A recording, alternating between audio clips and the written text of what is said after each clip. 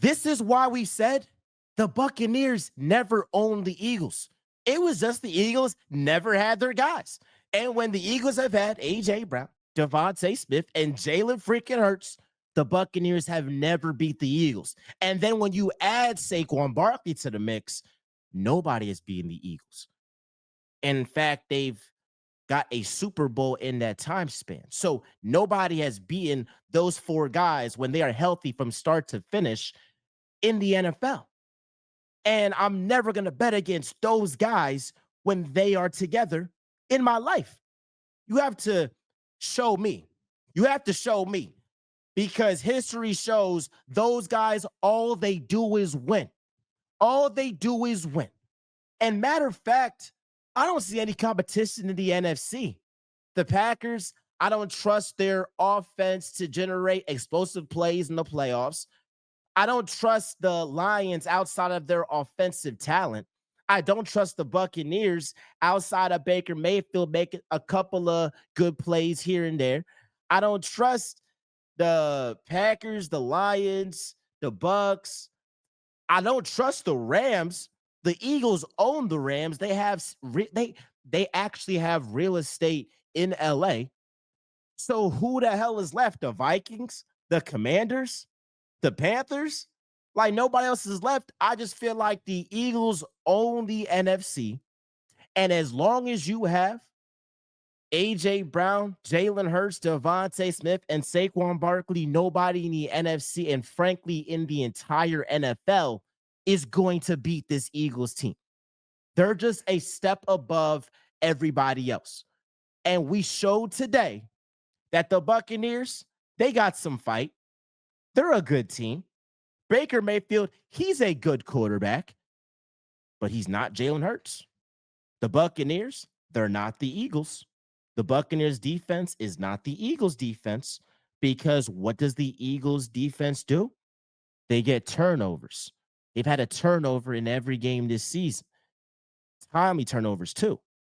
Whether it was a fumble on Miles Sanders, whether it was picking off Patrick Mahomes after Travis Kelce dropped, whether it was picking off Matthew Stafford, whether it was blocking several field goals, or whether it was picking off Baker Mayfield and making Bucky Irving fumble.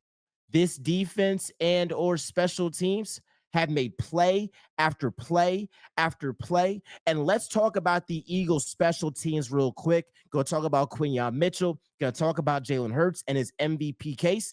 But the Eagles game started off with a phenomenal block punt which returned for a touchdown. Sidney Brown, welcome back to the end zone. His second touchdown. Remember, his first one was that Cardinals game, pick six. But the Eagles special teams have undoubtedly been the best unit on this team. I feel like. I feel like they have. They single-handedly won a game against the Rams. And then this Buccaneers game, do we beat the Buccaneers without that special teams block and return for a touchdown? I'm not sure. I think on the defense, it's been really good. And I think it's been better than the offense this season, but they've had struggles against the run. And then the offense just hasn't been consistent for a full game. We have not seen the Eagles for a full game be consistent offensively. Going to talk about that a little bit later. But the Eagles special teams is amazing. Michael Clay, the special teams coach, has coached his ass off. I mean, you're talking about some really game-changing plays in the past 2 weeks because you got the 2 block field goals that erases 6 points against the Rams. And then with the Buccaneers, their first drive of the game, you get a touchdown there. So they have been phenomenal. And I feel like when Nick Sirianni went to them and said, I told you, after that block punt, it was something in the film room that they peeped going into the Buccaneers game. They saw that just like how I think they saw something in the film room with the Rams and how they kick field goals, and they capitalized on that. So they've been able to, again, take advantage of mistakes by other teams and ultimately create problems for the other team to solve, and they have not solved those problems. I want to talk about the Eagles defense, right? Quinyon Mitchell is a top 5 cornerback in the NFL. He had Emeka Ibuka in jail when he faced Quinyon. Look at the box score. You'll see 100 yards. That wasn't on Quinyon Mitchell. Watch the game. You look at the box score, Chris Godwin, look at what he did against Quinyon Mitchell. It was night and day. Quinyon Mitchell probably had his best game as a pro. And it's fitting because last year, Mike Evans told Quinyon Mitchell, "Who are you?" Like, I'm going to be this future Hall of Fame wide receiver, 1,000 yards, 10 plus seasons. Who the hell are you? Oh, Mike Evans knows who the hell Quinyon Mitchell is. Emeka Ibuka knows who the hell Quinyon Mitchell is. Chris Godwin knows who Quinyon Mitchell is. And he showed up. And it was crazy to me that the Buccaneers were attacking Cooper DeJean and Quinyon Mitchell from the start. Did y'all not know? Have y'all not heard who these guys are? Like, forget rising stars because Cooper DeJean and Quinyon Mitchell, they're already rising stars. But are they rising superstars? That's the trajectory that they're heading. Cooper DeJean is one of the best open field tacklers in the NFL right now. Quinyon Mitchell is one of the best lockdown corners in the NFL right now. And it's so great to see that he is traveling with guys this season. And honestly, he's been putting in work from the start. So Quinyon been snapping. This whole passing defense has been snapping. And Vic Fangio has been coaching these guys up and has really done a phenomenal job. Now, look, there were two bad plays by the defense. It was, I think, that wheel route to Bucky Irving that went to the house that was 70 plus yards. I forget who Bucky Irving was on. And then it was Emeka Ibuka that was a botched play by Andrew Makuba. And I don't want to be that guy. So y'all just let me land real quick because we clown Micah Parsons for saying this. But if it wasn't for those two 70-yard plays by Baker Mayfield, the Buccaneers probably would have got like 13 points in that game. Probably because that was just like some fluke plays. Like those don't tell the full story of the game. People are going to look at the box score and it's going to show up in the stats that Baker Mayfield had almost 300 passing yards. He had 289. Like, okay, he had himself a day. But if you really look at it, if it wasn't for two fluke plays, which rarely happen in Vic Fangio's scheme, Baker Mayfield has less than 200 passing yards. Like that first play to Emeka Ibuka, that was the longest play Vic Fangio has given up in his tenure as the Eagles DC. That's the longest play. Like this isn't something that regularly happens to a Vic Fangio defense getting beat for that many yards on that explosive play. So ultimately, Vic Fangio, their defense, they got to tighten up some stuff. I believe like their rushing defense has to improve because week one against Javonte Williams, they weren't too good. Against Patrick Mahomes and the Chiefs, they let Patrick Mahomes run amok. Week three, they let Kyron Williams and Blake Corn run amok. And then week four, they allowed Bucky Irvin to have a fantastic game and they were efficient running the football. So they have to tighten up their rushing defense and those little bit of fluke plays. But all in all, I am happy with the Eagles defense. The reason why the Eagles are 4-0 is because their defense has been able to get turnovers during the best time. Whether that was the Miles Sanders fumble week one, whether that was that interception on Patrick Mahomes because Travis Kelce dropped a pass, or whether it was the interception Matthew Stafford beginning of the game. Hell, Baker Mayfield, Jahad Campbell. Gonna talk about that right now. Then we'll get back to some things with the Eagles offense. And it's crazy that like there was a lot of talk about Baker Mayfield and Jalen Hurts. I heard that game for your life, a drive for your life, you're taking Baker Mayfield over Jalen Hurts. Cam Newton, the biggest Jalen Hurts hater out there, he was one of the main guys saying that. Well, Baker Mayfield had a drive to tie the game up, and in the red zone, at the end of the game, he threw a pick to Jahad Campbell. What more evidence do you need that game for your life? You should pick Jalen Hurts. Y'all gonna lose a lot of money betting against Jalen Hurts game for your life, bruh. I'm sorry, bro. And I'm just trying to figure out this like mystique about Baker Mayfield, dog. Look, he had hella turnover worthy plays through the first 3 games of the season. Ultimately, if you keep creating turnover worthy plays, it's going to catch up to you. And that's exactly what happened to Baker Mayfield. And so Jalen Hurts, he takes care of the football. He's the only quarterback that has 0 interceptions and his team is undefeated. I will say it again. Jalen Hurts is the only quarterback in the league that has 0 interceptions and his team is undefeated. He also has 5 passing touchdowns. He also has 4 rushing TDs. He also has a career high 71% completion percentage. I mean, when you're talking about the MVPs of the league, and we saw Justin Herbert get beat by Jackson Dart and the Giants, Jalen Hurts should be the MVP frontrunner. The Ravens, they lost twice already.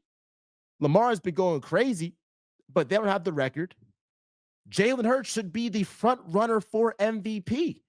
And honestly, when you look at his stats, and he has more passing touchdowns than rushing touchdowns, and he has a 71% completion percentage, I'm looking at this, I'm saying to myself, and 0 picks? Oh, not too bad for a running back. Not too bad for a running back. In that first half, Jalen Hurts was money. He was money. He was phenomenal. Now, in the second half, the Eagles offense started playing scary. And that's the thing with them. You cannot play not to lose versus playing to win. In that first half, the Eagles offense was playing to win. They heard the noise, they heard the chatter that the Buccaneers owned them, and they acted accordingly. In the second half, it was like, all right, we got this big lead. Let's not try to mess it up. Let's run our running back to the ground on 2nd and long and 3rd and long. Let's just be conservative. Let's force the ball to A.J. Brown. Look, y'all. I got an A.J. Brown jersey. My mom got me this before the game. I'm a huge A.J. Brown fan. But what we can't do is give A.J. Brown the ball 2, 3 straight times and cuz not even open for real.